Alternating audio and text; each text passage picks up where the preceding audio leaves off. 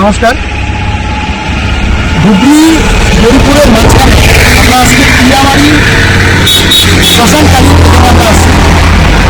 17 তারিখ এখানে পুজো আছে পাশে। তার আগে আমরা দেখলাম যে মন্দিরের একটু অবস্থাটা খুব শোচনীয়।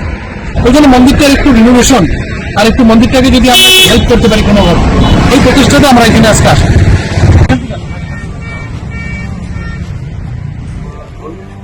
এই মন্দিরটা জন্মই বলে ওনার হাতে হয়েছে। তা মন্দিরটা কত পুরানো হবে?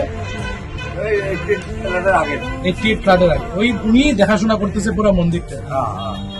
আগে পদ্মশ্রী আমাদের প্রতিমা পান্ডে বড়ুয়ার সাথে উনি বাঁশি বাজেন, তাই না? দাদাকে আমরা এখানে, যেহেতু উনি এত বছর ধরে আছেন, আমরা একটা ছোট্ট একটা টোকেন অফ অ্যাপ্রিসিয়েশন আমাদের তরফ থেকে দিব।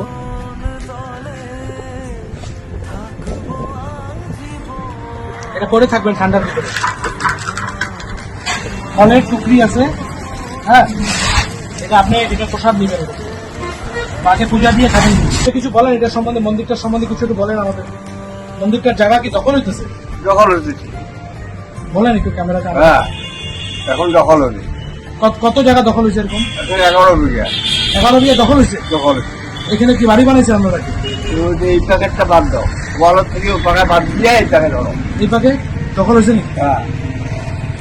আপনি সবাইকে কিছু বলেন যে যদি মন্দিরটা দখল না হয়, মন্দিরটা যদি সবাই যদি আগে আসে। তাই তো আমি উঠে আহাপন করি, যেটা আসে আসিল মানুষরা আসতে গেলে একটু মনের একটা আনন্দ লাগে। জড়িত হলে গেলে আমার মন্দিরটা যেন উজ্জ্বল হয়, এইটুকু আমি আবৃত্তি করি আর কি।